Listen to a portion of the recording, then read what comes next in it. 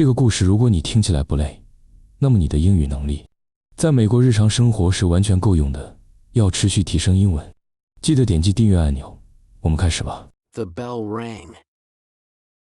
Just in time. That's what saved by the bell means. A last-second rescue. But where did those words really come from? Let me tell you a story. A true story. It starts with a deep, old fear.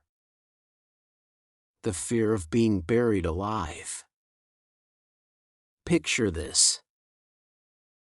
It's the 1600s. Medicine is primitive. Doctors make mistakes. Sometimes, people just fall asleep. A very deep sleep. Their breathing slows. Their heart beats so softly you can't feel it. They look dead. They get declared dead. The family mourns. The body goes into a coffin. The coffin goes into the ground. Then, the person wakes up. It's dark. It's cold. There's no air.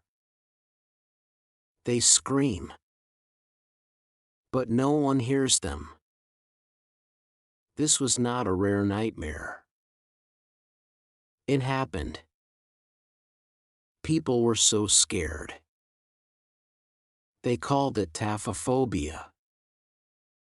The fear of being buried alive. Famous people shared this fear. George Washington, on his deathbed, made his servants promise.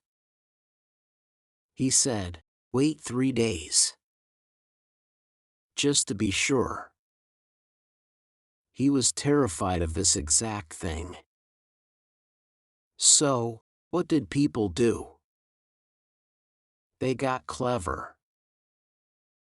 They invented safety coffins. This was the 1800s. A man named Dr. Johann Gottfried Tabberger had an idea. He designed a special coffin. A tube went from the coffin up to the air. A rope was tied to the dead person's hand. The rope connected to a bell above the ground.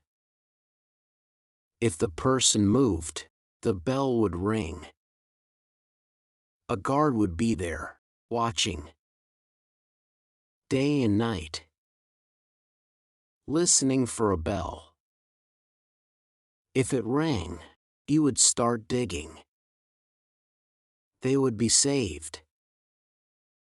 Saved by the bell. Other designs came out. Some had flags that would pop up.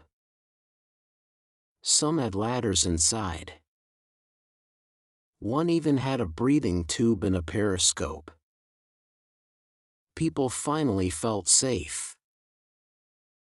They could rest in peace, knowing they had a chance. But here's the twist. Did it ever work? Did a bell ever really ring and save someone? History is quiet on that. There are no solid records. No newspaper stories about a person rescued by a coffin bell. The idea was powerful. It gave people hope. But it might have been more hope than reality. So, if the coffin story isn't true, where did the phrase come from? The answer is louder. And more violent. The boxing ring. In the late 1800s, boxing became a big sport. The rules were strict. A round lasted 3 minutes. Then a bell would ring. If a boxer was on the ground, the referee would start counting. 1, 2, 3. If the count reached 10, it was over. He lost. But if the bell rang before the count finished, he was safe. He could stand up. He could recover. He was literally saved by the bell. This was dramatic. The crowd would hold its breath. The boxer, dizzy and hurt, would hear that beautiful sound. The bell meant another chance. Boxing announcers talked about it. Newspapers wrote about it. The phrase entered the language. It stuck. Now you know the two stories. One is dark and quiet. A story of fear and a clever solution underground. The other is bright and loud. A story of sport and a second chance in the ring. One is probably a myth. The other is certainly true. Think about your own life. Your own close calls. That time you almost missed a deadline. Then your computer crashed, and your teacher gave everyone an extra day.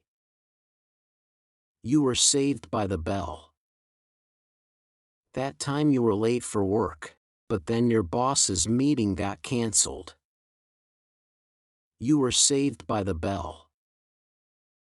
That time you forgot your anniversary, but your partner got stuck in traffic, giving you time to get a gift.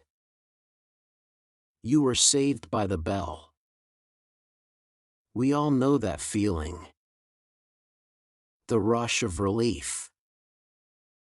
The gratitude for a lucky break. It connects us to those people in the past, lying in the dark, hoping for a bell to ring. It connects us to that boxer on the mat, listening for the same sound. The meaning is the same. A rescue. A second chance. I hope that rings true, even today. 你太棒了，你学完了全部内容，你离英语自由又近了一步。下个视频见。